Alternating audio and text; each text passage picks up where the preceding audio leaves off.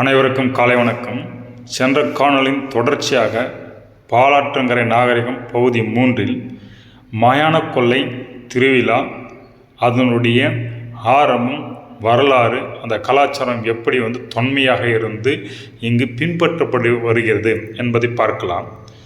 இதற்கு காரணம் அங்காள பரமேஸ்வரி அவர்கள் சுடுகாட்டில் அந்த அரக்கனை வதம் செய்து அவனை அந்த வதம் செய்த விதத்தை வெற்றி கொண்டாடிய நாள் தான் இந்த மகா சிவராத்திரி அடுத்த நாளாகிய நாளில் இங்கு மயான கொள்ளை திருவிழாக பாலாற்றங்கரையில் உள்ள அனைத்து நகரங்களிலும், மேலும் வட தமிழ்நாட்டு சென்னை அப்பு திண்டிவனம், சேலம், நாமக்கல் இந்த பகுதியில் எல்லோரும் கூட இதை கொண்டாடுறாங்க.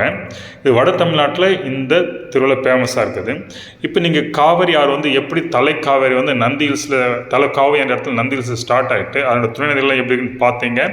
இந்த பாலாறு கிட்டத்தட்ட 17,870 ஸ்கொயர் கிலோமீட்டருக்கு பாசன வசதி செய்து அதன் மூலம் 4,20,000 ஹெக்டருக்கு மேலே விளைநிலங்களுக்கு விவசாயம் புரிகிற மாதிரி நீர்ப்பாசன வசதி கொடுக்குது. இங்கே நீர் மேலாண்மை ரொம்ப நல்லா இருந்தது. இந்த பாலாற்றில் வரும் தண்ணீரை வைத்து பல ஏரிகளை உருவாக்கி அதில் நீர் தேக்கி ஆண்டு முழுவதும் 3 பாகம் விவசாயங்கள் செய்து வந்தார்கள். இங்கே இவ்வளோ ஏக்கர் நிலத்தை பாலாற்று பயணத்தை பாருங்கள். பண்டைய காலத்தில் இந்த காடுகளாக நிறைந்து நல்லா இருக்கவே நல்லா பாலாற்றில் தண்ணி கொண்டிருந்தது. விவசாயம் செழித்து இந்த செய்யாறு பகுதி அந்த பகுதியெலாம் நல்லா டெல்டாவாக ரிச்சாக இருந்தது. ஈவன் வாணியம்பாடி, ஆம்பூர்லாம் கரும்பு மற்றும் திணை வரிசைகள், ஈவன் பைன்லேண்டில் நெல் இது மாதிரிலாம் பயிரிட்டு விவசாயம் செழித்து இருந்தது. அப்போது இந்த பகுதி நாளடைவில் வறட்சி ஆக ஆக இந்த பாலாற்றில் வர நீர்வரத்து குறைய விவசாயம் பாதிக்கப்பட்டு தொழில் மற்றும் கலாச்சாரம் எல்லாத்திலும் தாக்கத்தை ஏற்படுத்தியிருக்குது.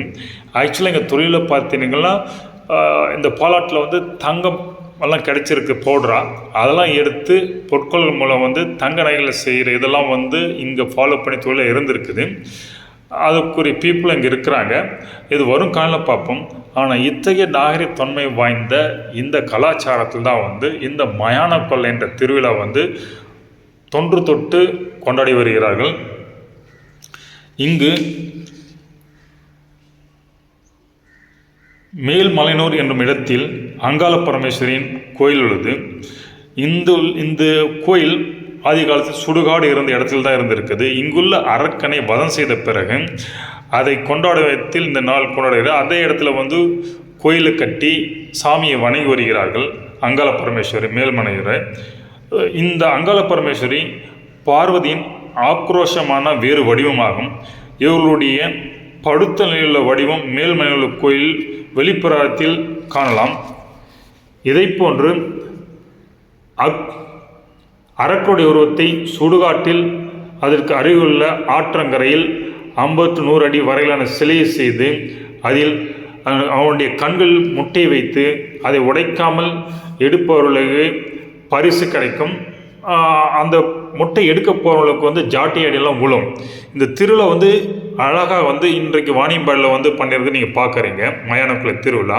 இதுக்கு என்ன பண்ணுறோன்னாக்கா, அங்காள பரமேஸ்வரர் கோயில் ஆத்தங்கரையில் இல்லை ஒரு ஊரில் நாடார்கள் சமூகத்துக்கு ஊரில் இருக்கும். அங்கேருந்து கும்பிட்டு கிரகங்கள் மூலமாக அந்த கிரகம் அப்படி ஊரில் சுற்றிட்டு ஆற்றுக்கு இந்த அரக்கனுடைய அந்த உருவத்தை சுற்றி வரும்போது ஃபஸ்ட்டு ரவுண்டு வரும்போது ஒன்று பண்ண, 2வது ரவுண்டு வரும்போதே அந்த அரக்கனை உள்ளே போய்ட்டு அந்த முட்டை எடுக்கிறது முயற்சி பண்ணுவாங்க. அப்போ ஜாட்டையை கொண்டு அடித்து அவர் உள்ளே போகணும் பார்க்குவாங்க. இருந்தாலும் அவர் அதையும் மீறி உள்ளே போயிட்டு அடி வாங்கிக்கொண்டு அந்த முட்டையெல்லாம் எடுத்துகிட்டு வருவார்கள். இந்த எடுத்த முட்டையை எடுத்துக்கொண்டு ஓடி விடுவார்கள். அவங்க பிடித்து ஃபாலோ பண்ணி பிடிச்சி அந்த முட்டையை யார் வாங்குகிறாங்களோ அந்த முட்டையை சாப்பிட்றவங்களுக்கு குழந்தை பிறக்கும். அதனால் அந்த முட்டைக்கு அவ்வளோ டிமாண்டு. ஸோ அதுக்கு எடுக்கிற போட்டி நிறைய இருக்கும். இது ஒரு போட்டியாக வச்சு திருவிழா கொண்டாடுறாங்க. இவ்வாறு இந்த அரக்கனை எடுத்துட்டு பிறகு இதெல்லாம் முடிஞ்சிட்ட பிறகு வதம் செய்த விதமாக எல்லா ஜனங்களும் மேலே ஏறி குதிப்பாங்க செய்வாங்க. அப்புறம் இந்த வதம் செய்யும்போது தான் அந்த அங்காள பரமேஸ்வரி அவனுடைய குடலெல்லாம் எடுத்து போட்டு மாலையாக போட்டு அந்த குடலாம் சாப்பிட்ற மாதிரி வடிவில் ஊர்வலமாக வருவாங்க. மற்றும் சூறையாடும் போது காய்கறிகள் அவர்கள் என்ன வேண்டிக்கிட்டார்களோ அந்த பொருளை தூக்கி இறைச்சி அந்த திருவிழாவை கொண்டாடுகிறார்கள். இங்கே பாலாற்றங்கரையில் ஓரத்தில் இருக்க முனீஸ்வரன் கோயில் தான் பார்க்குறீங்க. இங்கே எவ்வளோ கூட்டம் பாருங்கள். இந்த மயானக்குள்ள திருவிழா முடிச்சுட்டு இந்த அரக்கனுடைய சிலையை தான் நீங்கள் பார்க்குறீங்க. நின்றுக்கிற என்னுடைய பின்னாடி பார்த்தீங்கன்னா சிறக்க அந்த அரக்கனுடைய சிலையை தான் வந்து படுத்த வழியில் இருக்குது. அது மேலே ஜனங்களாம் ஏறி மெரிச்சிட்டு அந்த வரதான் பார்க்குறீங்க. இவ்வாறு இது பண்ணணும். பக்கத்தில் சாமி இருக்கும். சாமியை வணங்கிட்டு அப்புறம் வந்து பட்டாசு வெடித்து கொன்ற அந்த நிகழ்ச்சியில் நீங்கள் பார்ப்பீங்க. இவ்வாறு சிறந்து விளங்குகிற இந்த மயானக்குள்ள திருவிழா வந்து வருடம் தவறாமல் நான் சின்ன வயசுலேருந்து பார்த்துருக்கேன். அதுக்கு முன்னாடி இருந்து பண்ணிட்டு வராங்க. இந்த ஊர்வலத்தின் போது அங்காள பரமேஸ்வரன் ஆக்ரோஷன வடிவில் வந்து மண்டை ஓடியில் தரித்த மாலைகள் மற்றும் குழலை போன்ற உருவங்களை தாங்கியும் மற்றும் பல விஷயம் ஆக்ரோஷமான விஷயங்கள்லாம் செய்து கொண்டு மக்கள் வந்து ருத்ரதாண்டம் ஆடாமல் டான்ஸ் ஆடிக்கிட்டு அப்படியே வந்து ஆக்ரோஷமாக உருவாக அப்பொழுது தங்களுக்கு குழந்தை வரம் வேண்டி தங்களுடைய நலன் வேண்டியும் பல பேர் வேண்டிக் கொண்டு அவர் நேர்த்திக்கரனை வந்து பூர்த்தி செய்யணும். அவர்கள் காய்கறிகளையோ இல்லை வந்து பிரசாதங்களையோ வந்து அங்கே தூக்கி போட்டு சூரியன்பு தூக்கி போட்டு கொண்டாடுறது வழக்கம். இங்கே பாருங்கள், இந்த குடலை சாப்பிட்ற மாதிரி இந்த அங்காள பரமேஸ்வரன்கிட்ட இவங்க வந்து இருக்கிறாங்க. இது மாதிரி பல வடிவங்களை வந்து எல்லாம் வந்து அந்த ஊர்வலமாக வந்து இந்த அரக்கனுடைய உடலை அடைந்த உடனே அது மேலே ஏறி வதம் செய்த பிறகு பட்டாசு வெடித்து கொண்டாடுறாங்க. அதுதான் நீங்கள் பார்த்து கொண்டிருக்கு. இது வந்து வாணியம்பாடியில் ஃபேமஸ்ஸு. அதே மாதிரி வேலூர்லேயும் வந்து இந்த திருவிழா ரொம்ப ஃபேமஸ்ஸு. அதே மாதிரி உங்களுக்கு ஆற்காடு, அப்புறம் வந்தவாசி, இவன் வந்து அப்படி இந்த பாலாட்டு படையில் இருக்கிற நடிகைகளெல்லாம் ரொம்ப விசேஷமாக இதை கொண்டாடுவாங்க. இந்த பட்டாசு வெடிக்கிறத நீங்கள் பார்க்குறீங்க. எப்படி அந்த பட்டாசு வெடித்து நல்லா வந்து உற்சாகமாக பீப்புள் கிட்டத்தட்ட வந்து இந்த திருவிழாவுக்கு இந்த ஒரு நாளில் மட்டும் ஒரு 50,000 பேராவது வந்து பார்த்துருப்பாங்க வாணியம்பாடியில் மட்டும். அதே மாதிரி ஒவ்வொரு இடத்துலையும் வந்து இவ்வளோ கூட்டம் வருவார்கள். ஸோ அவர்கள் இந்த கூட்டம்லாம் முடிந்து வதம் செய்த பிறகு இந்த பட்டாசு வெடித்து மகிழ்வதை நீங்கள் பார்க்குறீங்க. இந்த திருவிழாவை பரத்வாஜ் வம்சத்தை தான் வந்து எடுத்து செய்கிறேன்னு முதல்ல சொல்லியிருந்தேன். இந்த பரத்வாஜ் வம்சத்தை வந்து செம்மடவர் என்று அழைக்கிறார்கள். இவர்கள் தமிழ்நாடு, புதுச்சேரி பகுதிகளிலும் மற்றும் சோழமண்ட கடற்கரையில் வாழும் ஒரு மீனவ சமூகத்தினர்கள். இவர்கள் ஆந்திரா மற்றும் தெலுங்கானாவில் சம்பூனி ரெட்டி என்ற பெயரில் அழைக்கப்படுகிறார்கள். இந்த செம்படவர் என்ற பெயர் புராண ரீதியாக சிவனுடன் தொடர்பு உள்ளது. இந்த பெயர் சம்பு என்ற தமிழ் சொல்லிலிருந்து வந்துதான் உள்ளது. இந்த சிவன் மற்றும் படவர் என்ற பொருள் படகு வீரர்கள் என்று பொருள்படும்.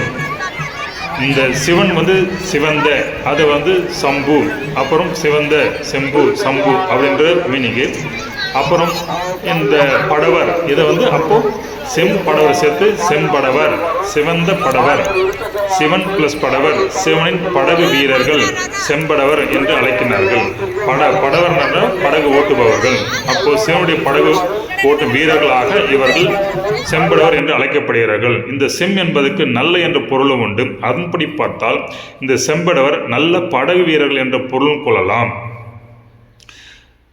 அங்காள பரமேஸ்வரிக்கு இந்த செம்படவர் வனத்தில் வந்த ஒரு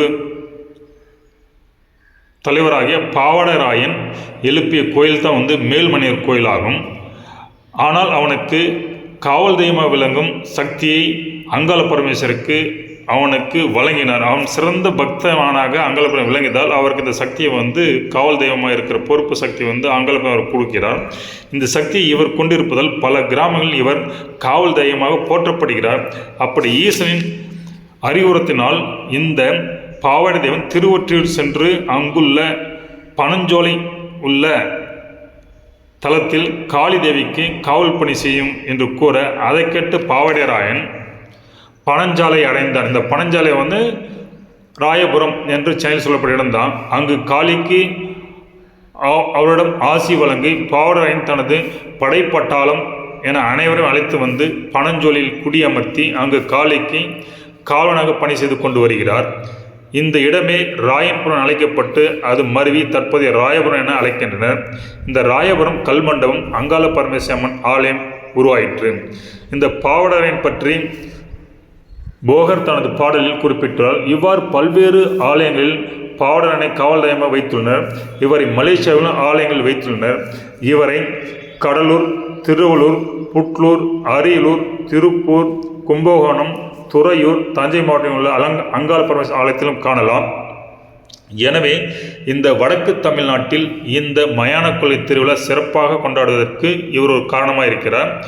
அதுவும் பாலாறு ஓடும் நகரில் இந்த விழா மிகவும் சிறப்பாக கொண்டாடப்பட்டு வருகிறது.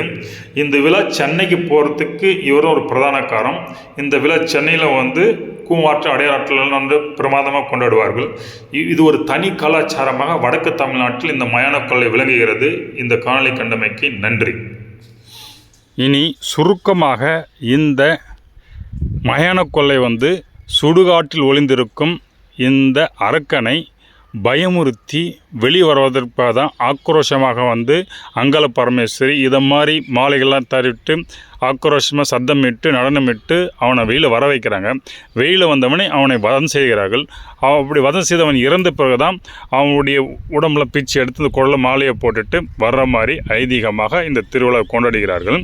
ஸோ இந்தளவுக்கு இந்த திருவிழா முதல்ல சிறப்பாக பண்ண மேல்மலையனூரில் அங்காள பரமேஸ்வரன் சுடுகாட்டில் இருந்த இடத்துல தான். ஆனால் அந்த இடத்துல கோயில் எழுப்பப்பட்டு மேல்மலையனூர் ஆலயம் மிகவும் சிறந்த விளங்கி அங்காள பரமேஸ்வரன் தலமாக விளங்குகிறது. அங்கேருந்து இது மிகவும் பிரசித்தி பெற்று வட தமிழ்நாடு ஃபுல்லாக எல்லாம் பார்வையிற்க வாய்ப்புகள் இருக்குது. இதை நாட்டார் சமூகத்தில் உள்ள செம்படவர் என்றவர்கள் தான் முன்னிட்டு செய்கிறார்கள். இவர்கள் பரவராஜ வழி வந்த மக்களாவார்.